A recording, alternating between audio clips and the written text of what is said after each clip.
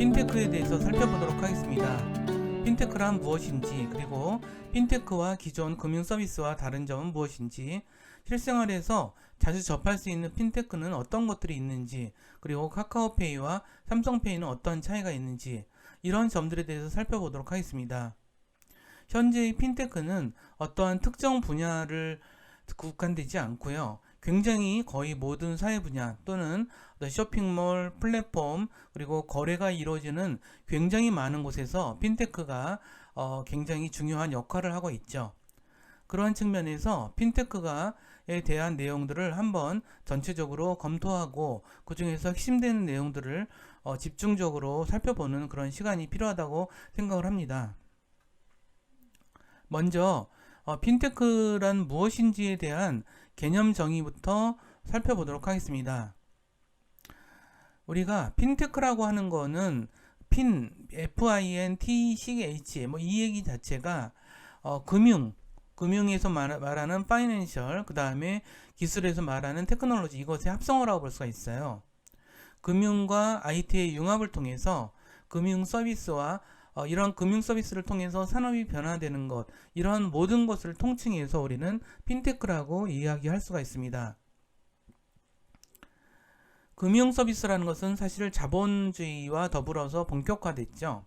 그 이전에도 중세라든가 고대에도 금융 서비스 비슷한 것이 있긴 했지만, 우리가 알고 있는 그 금융이라는 것은 자본주의와 함께 본격적으로 탄생을 했고, 그리고 그것이 확산됐다라고 볼 수가 있을 것 같아요. 그런데 이런 금융 서비스조차도 이런 어떤 4차 산업혁명 또는 그 이전의 산업혁명의 과정에 결정적인 영향을 받을 수밖에 없었습니다. 시장이라고 하는 것에 대해서 우리가 한번 생각해 볼 필요가 있는데요. 시장이란 무엇이죠? 우리가 그냥 재래시장을 가보면 무슨 일이 벌어지죠? 우리는 화폐를 내고 그 시장에서 필요한 물건을 구매를 하죠. 온라인 쇼핑몰에서도 마찬가지입니다. 우리는 온라인을 통해서 우리는 어떤 화폐를 그들에게 제공을 하죠. 플랫폼에 제공을 하고, 그리고 플랫폼에 제공된 거는 그 공급자한테 전달이 돼서 결국은 우리는 그 쇼핑몰에서조차도 상품을 받아볼 수가 있게 됐죠. 시장이라는 것은 사실 가치를 쉽고 편하게 교환하고 그 가치를 보증하는 그런 기술들이 되게 중요한 역할을 해왔습니다. 예를 들어서 우리가 어떤 화폐를 가지고 어떤 물건을 사려고 하는데, 그 화폐가 더 이상 사용하지 않는 화폐라든가 다른 나라에서 받은 화폐인데 그 나라가 더 이상 그 화폐를 쓰지 않는다거나 이러면 보증할 수가 없죠. 그 가치가 인정받지 못하기 때문에 우리는 더 이상 거래가 일어날 수 없습니다. 지금 4차 산업혁명 시기에는 모바일과 빅데이터, SNS 이런 것들이 첨단 정보 기술이 융합되는 방식으로 지금 이런 어떤 그 핀테크 이런 기술들이 발달이 되고 있는 거거든요.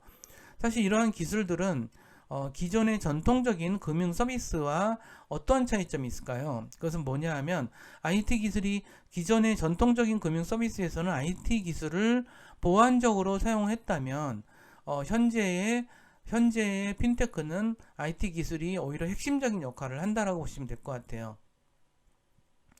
이러한 산업으로의 변화는 혁신적인 비금융 기업이 보유 기술을 활용해서 지급 결제와 같은 금융 서비스를 이용자에게 직접 제공하는 현상이 출현하기 시작을 했어요. 그것이 애플페이, 알리페이, 카카오페이 이런 것들이 다 그러한 어떤 IT 기반의 기업들이 이러한 역할들을 하는 거라고 볼 수가 있겠죠. 그래서 현금이 없어도 우선 지불이 가능한 그런 것이 신용카드라면, 세계 어디에서나 내 통장에 예금되어 있는 현금을 인출받을 수 있는 것이 ATM기라고 또 볼 수 있겠죠.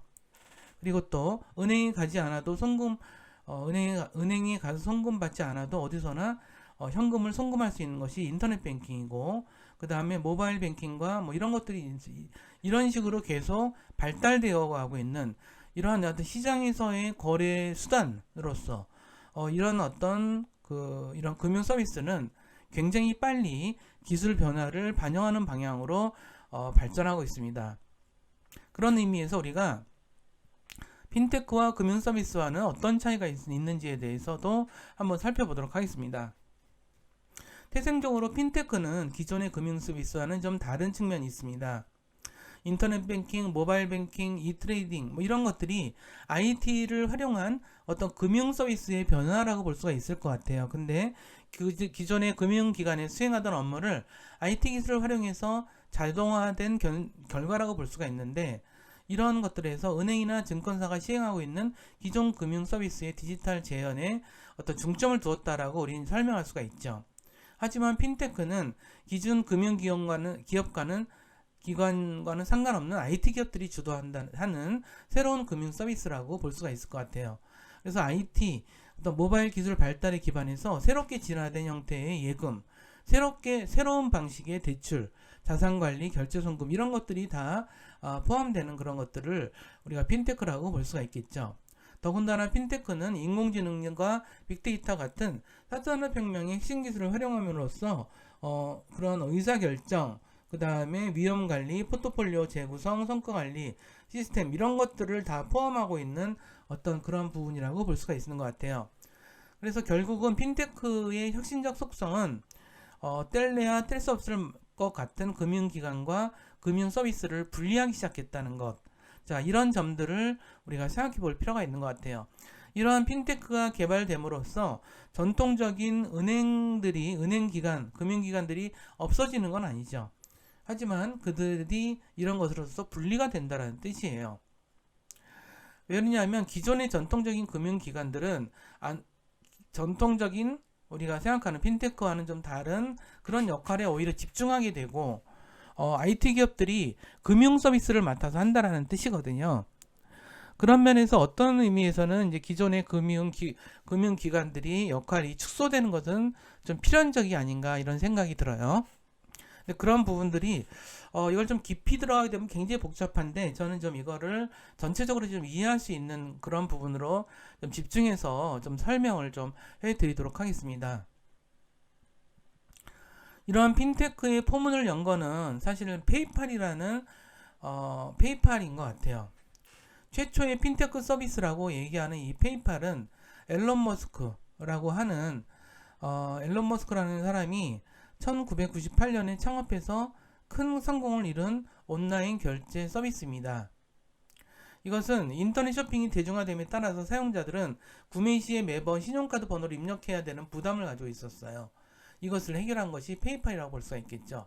페이팔은 구매자가 페이팔에 돈을 지불하고 페이팔이 그 돈을 판매자에게 지불하는 그런 방식이에요. 어떻게 보면 되게 단순한 서비스인데, 이걸 통해서 결국은 뭐 이런 신용카드라든가 뭐 이런 입금 이런 것들은 페이팔이 감당을 하고, 이것을 실제로 이제 제공하는 사람들한테 돈을 주는 것도 이들이 맡아서 하는 거죠. 이런 서비스가 지금은 굉장히 흔하고 막 그래서 이게 뭐 대단한 건가 싶지만, 당시로서는 굉장한 것이었거든요. 그래서 한때는 이 페이팔이 어마어마하게 많은 부분들을 차지했죠. 뭐 지금도 마찬가지로 페이팔이 외국에서는 굉장히 중요한 결제수단으로 많이 쓰이고 있어요. 이거는 어떤 18세 이상이면 이용할 수 있고, 은행 계좌나 신용카드, 체크카드 이런 것을 등록해서 결국은 송금, 입금, 청구 이런 것들을 할 수가 있게 됐거든요. 그래서 거래를 하면서 신용카드 번호나 계좌번호를 알리지 않기 때문에 오히려 보안에 안전하다고 볼 수가 있어요. 물론 페이팔이 안전하다는 전제하에서겠죠. 그래서 페이팔은 이런 부분에서 이런 어떤 보안의 안전에 특별히 신경을 쓰겠죠. 그래서 페이팔을 통한 결제는 수수료를 지불해야 하지만 환전 비용이 들지 않아요. 여기에 포인트가 있어요.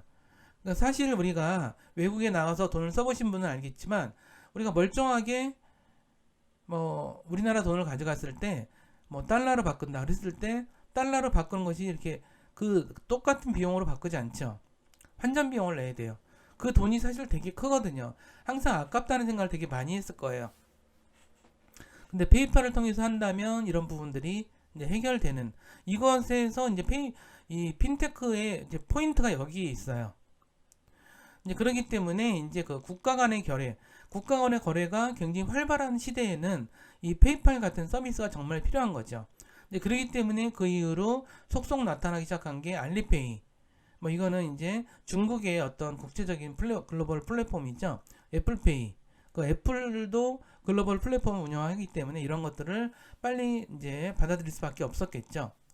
이런 전자결제 서비스가 등장하면서 핀테크란 용어가 이제 뒤늦게 사용되는 그런 사례라고 볼 수가 있을 것 같아요.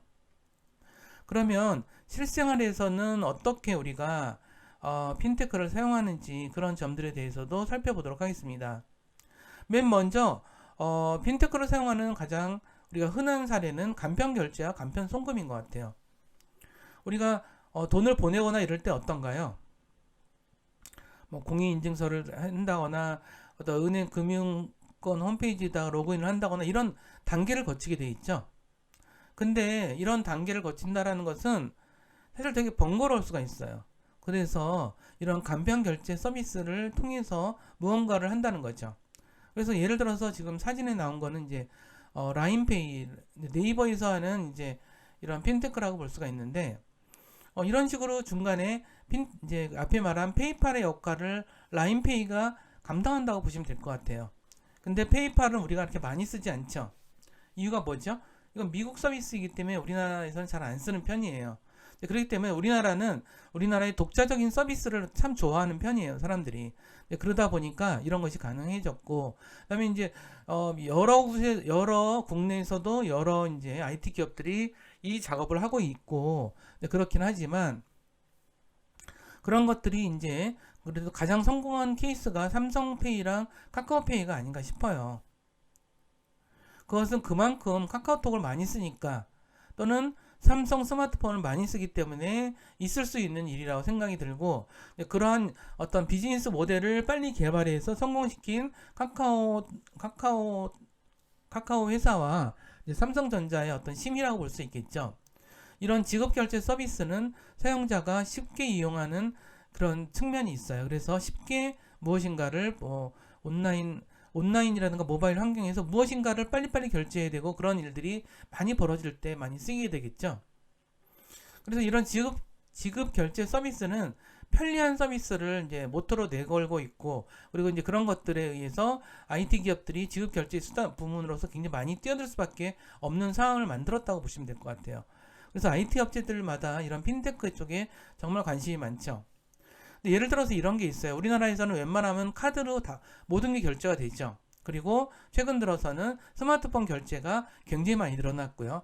근데 사실 이게 중국에서는 좀 다르거든요. 중국에서는 중국이 이제 워낙 빠르게 경제 성장을 하다 보니까 신용카드를 통해서 거래하는 그런 단계를 거치지를 않았어요.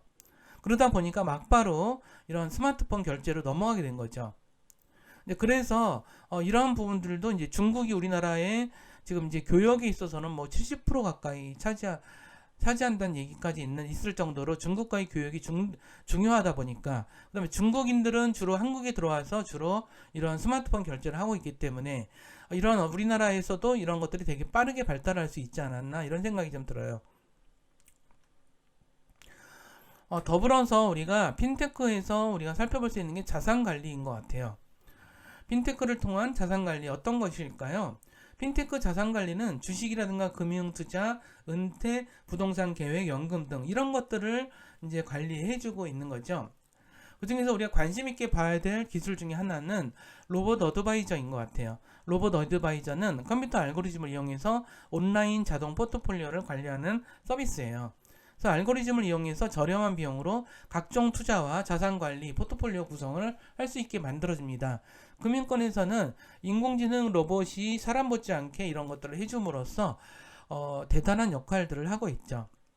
이거는 물론 이렇게 작은 자본을 가지는 사람들한테는 아직 적용할 수 있는 부분은 아니겠지만 우리가 이런 걸 생각해 볼 수 있는 것 같아요. 우리가 과거에 투자, 자산관리도 옛날에 은행에서 했었잖아요. 근데 이런 것들은 개인들에 대해서 사람이 눈으로 보고 하는 거는 한계가 많거든요. 근데 인공지능은 전 세계를 돌아다니면서 이런 걸 해주기 때문에 어떤 그 투자라든가 이런 것들에서 훨씬 더 수익률이 높은 그런 사례들을 자꾸 만들어내고 있다. 이런 것들을 좀 생각할 수 있는 것 같아요. 좀 더 자세히 금융상품 추천에 관한 핀테크 기술을 좀 살펴보자면 사실 자산을 합리적으로 관리하기 위해서는 투자의 대상이 되는 다양한 금융상품들의 특징을 좀 이해해야 되거든요. 근데 이게 사실 쉽진 않아요. 내가 직접 가입한 금융상품조차도 그 특성을 제대로 모르는 경우가 정말 많거든요. 그래서 이런 부분들에 대해서 이제 핀테크가 이런 부분들을 좀 해줄 수 있는 그런 역할들을 계속 해나가는 것 같아요. 물론 이 기술은 인공지능, 그러니까 이런 핀테크와 관련된 인공지능 기술이 개발됐기 때문에 가능한 거라고 볼 수 있는 것 같아요. 그래서 이를 통해서 금융상품을 추천한다거나 이런 서비스들을 굉장히 지금 많이들 하고 있어요. 차익과 대출 부분에서도 되게 많이 하고 있다라고 알려져 있고요. 차익과 대출 부분에서의 핀테크에 대해서 살펴보도록 하겠습니다. 기존 금융 데이터 분석 업무에서는 고객의 거래를 바탕으로 신용도를 직접 파악해서 적절한 이자를 계산해주는 그런 일을 해왔었죠. 핀테크 기술은 이 업무의 차원을 한 차원 더 발전시켜 나가고 있습니다. 핀테크가 활약하고 있는 분야가 바로 차입 및 대출 분야입니다. 소액 대출 회사의 사례를 하나 들어볼게요. 온덱이라는 회사는 사회적 연결망 SNS에서의 인터넷 활동 내역을 바탕으로 대출 이자율을 계산해서 금융거래 내역이 없는 소상공인에게 돈을 빌려주는 방식을 취하고 있습니다. 좀 되게 황당할 수 있죠. 그리고 딱 봐도 이제 부작용이 예상될 수 있겠죠.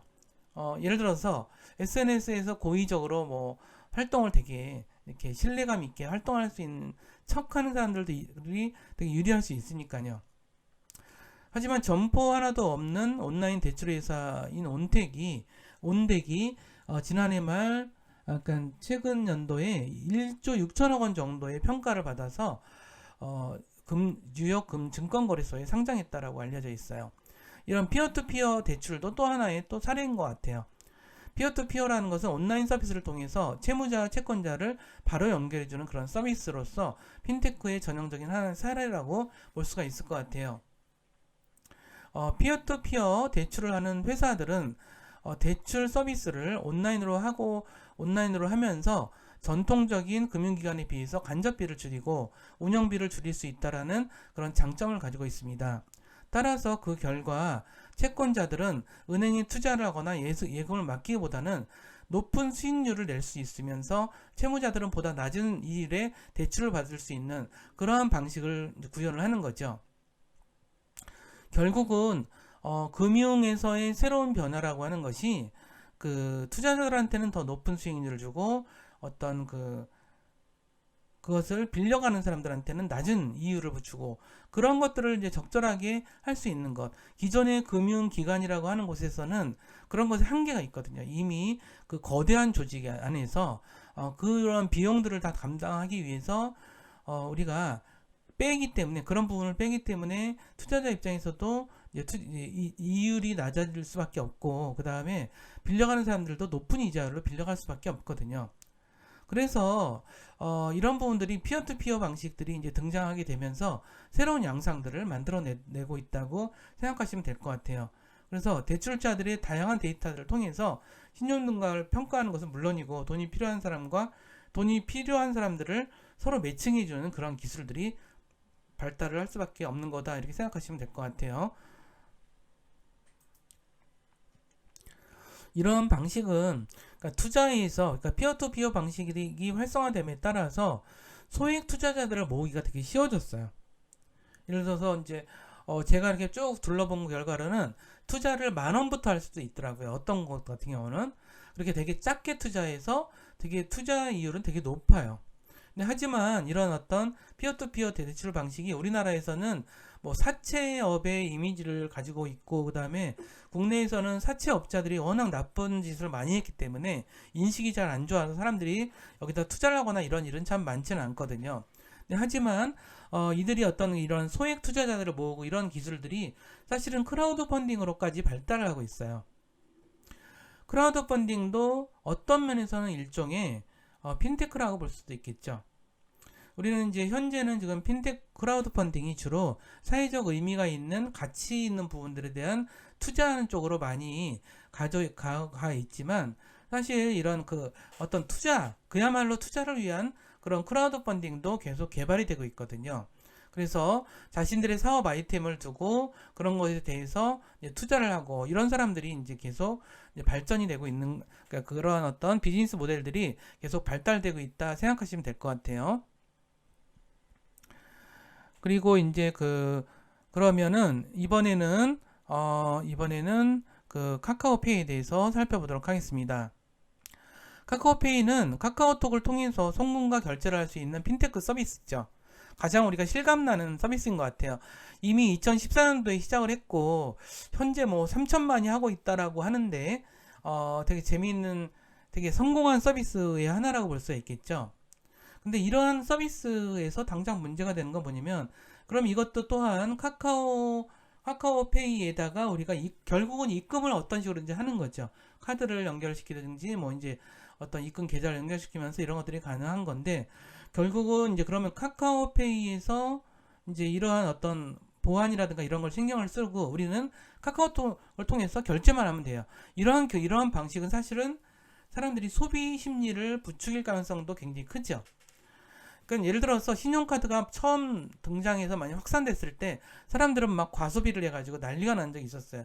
신용불량자들이 엄청 많이 생기고 이래서 되게 사회적 문제가 된 적이 있었거든요. 근데 그런 것처럼 이런 카카오페이도 이제 그럴 수 있는 가능성이 다분히 있고, 어떤 손쉽게 어떤 그 돈을 송금하는 이런 것 때문에 잘못 송금하는 경우도 굉장히 많이 발생하고 이런 것 같아요. 이런 새로운 기술들은 분명히 그러한 잘못된 그런 사용과 부작용들을 항상 포함하고 있는 거죠. 근데 그런 측면에서 어떤 점은 좀 어쩔 수 없는 것 같긴 하지만, 결국은 카카오페이 같은 경우는 카카오톡, 전 국민적으로 뭐 카카오톡을 안 쓰는 사람이 없죠.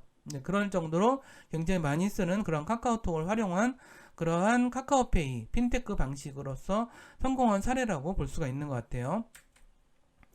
또 하나는 이제 삼성페이 얘기를 좀 해드리도록 할게요. 삼성페이는 그야말로 삼성 스마트폰이 거의 전 세계에서 지금 뭐 애플의 아이폰과 서로 막 경쟁하는 관계죠.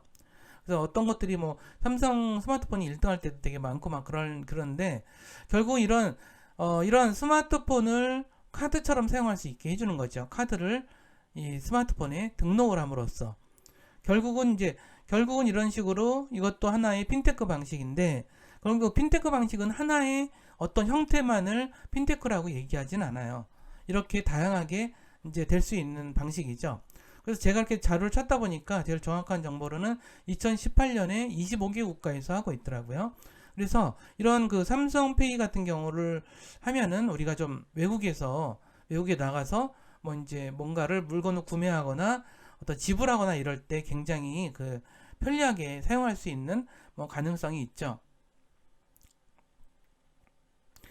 하지만 이런 것들이 이제 뭐 이런 것들이 있어요. 상점들이 애플이 이제 애플페이가 되게 직접적인 경쟁 상대거든요, 사실.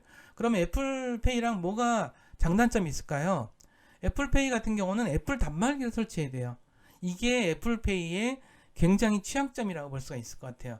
왜 그러냐면 기존의 단말기에 애플 이게 맞지가 않아요. 그래서 애플페이로는 기존의 단말기로 사용할 수 없거든요. 그렇기 때문에 이런 삼성페이 같은 경우는 기존의 단말기에 그대로 적용이 되기 때문에 굉장히 유리한 거죠. 그래서 이제 애플페이는 이제 기존의 신용카드사들과 제휴를 맺으면서 이제 장악을 해나가는 전략을 취한 반면, 삼성페이가 굉장히 빠르게 이제 세계적으로 경쟁을 하고 있는 상황이 아닌가 싶어요. 2015년도에 애플페이와 구글 웰렛과 달리 매그네틱 결제를 작동하는 것, 이것이 굉장히 혁신이라고 이야기를 하고 있어요. 아직까지 여전히 신용카드 같은 경우도 이제 사실 기존의 방식에서 크게 어떤 핀테크 방식이 나오더라도 신용카드가 계속 사용될 가능성이 크거든요. 왜냐면 신용카드는 그만큼 또 편리한 점이 있죠. 그렇죠? 간단하게 일단 신용카드를 발급받은 이상 상태에서는 굉장히 간단하게 할 수 있기 때문에 또 그런 점들이 또 편리한 점이 아닌가 싶어요. 그래서 앞으로 이제 이러한 핀테크 방식이 어느 나라가 선점할 것인가는 되게 중요한 문제가 아닌가 싶어요. 그리고 그 나라의 경제가 주도할 수 있는 되게 결정적인 역할도 할 수 있겠죠. 그럼 마무리하는 얘기를 마무리해서 말씀을 좀 드리자면, 우리가 핀테크는 금융과 기술의 합성어다라고 하는 점, 그 다음에 금융과 IT 기술의 융합을 통해서 금융 서비스 및 산업의 변화를 통칭해서 우린 핀테크라고 얘기하고, 역사적으로 금융 서비스는 새로운 경제, 기술, 사회의 필요에 따라서 변화되어 왔고, 이제 이런 것들은 뭐냐면 결국 시장이라고 하는 것, 우리 체제, 우리가 속한 우리 국내든 뭐 전 세계든 이런 체제는 자본주의 체제가 주도하고 있는 상황에서 시장이 굉장히 중요하잖아요. 여기서 어떻게 하면 가치를 서로 간에 안전하게 교환할 것인가, 이런 것들이 기술이 만약 결합이 되면서 모바일, 빅데이터, SNS 등 첨단 정보가 결합되면서 지금 새로운 어떤 금융적 혁신을 이루고 있다. 이러한 점들을 말씀드리면서 오늘 수업은 여기서 마치도록 하겠습니다. 감사합니다.